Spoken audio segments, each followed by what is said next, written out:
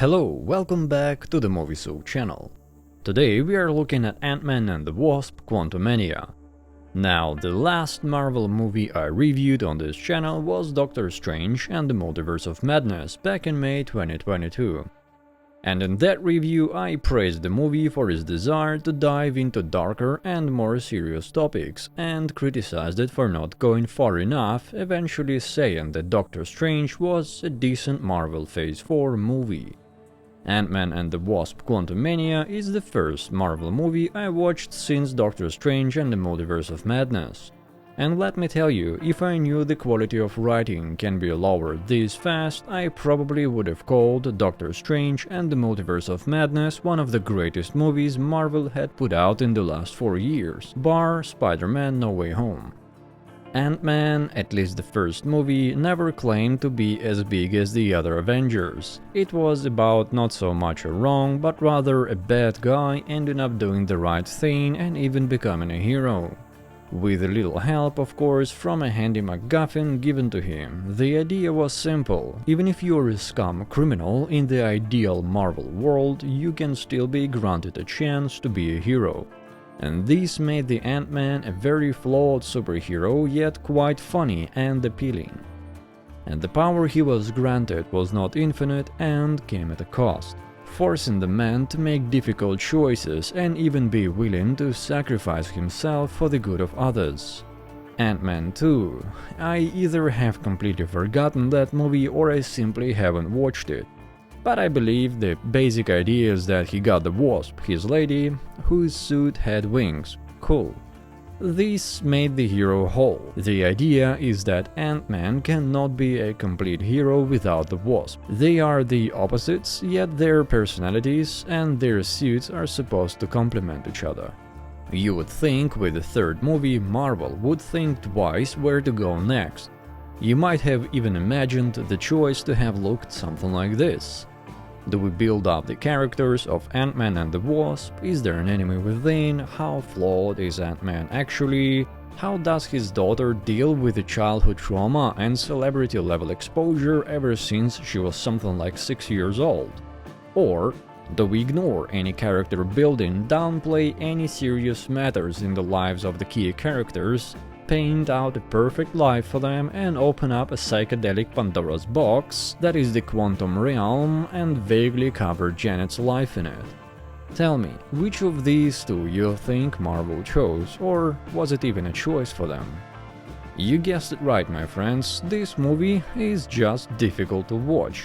As someone who greatly enjoys writing and art, I can't help but marvel, pun intended, the amazing artistry and all the care that went into the visuals.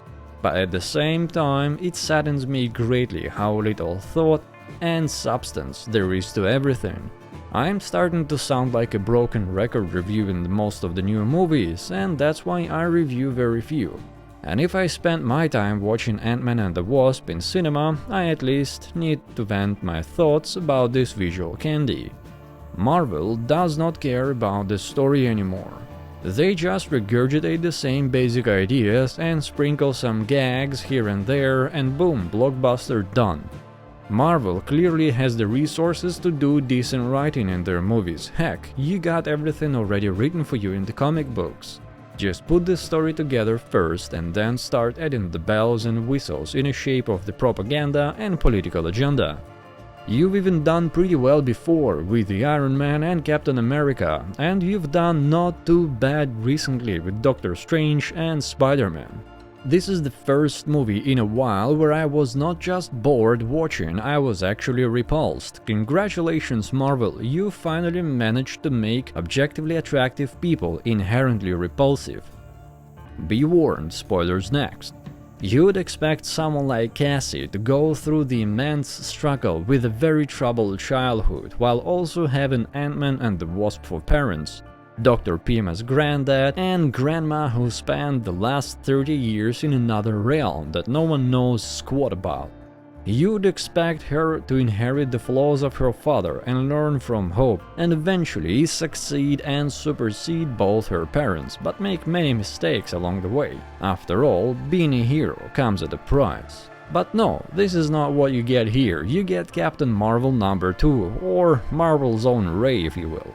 And if this was not enough, this movie has a myriad of logical mistakes and nonsensical interactions while also shoving the same joke in your face that sort of works once or maybe twice. And when this 2-hour-plus torture moves towards its culmination, there is a traditionally big fight and a stupid protagonist, yet you don't find yourself feeling anything.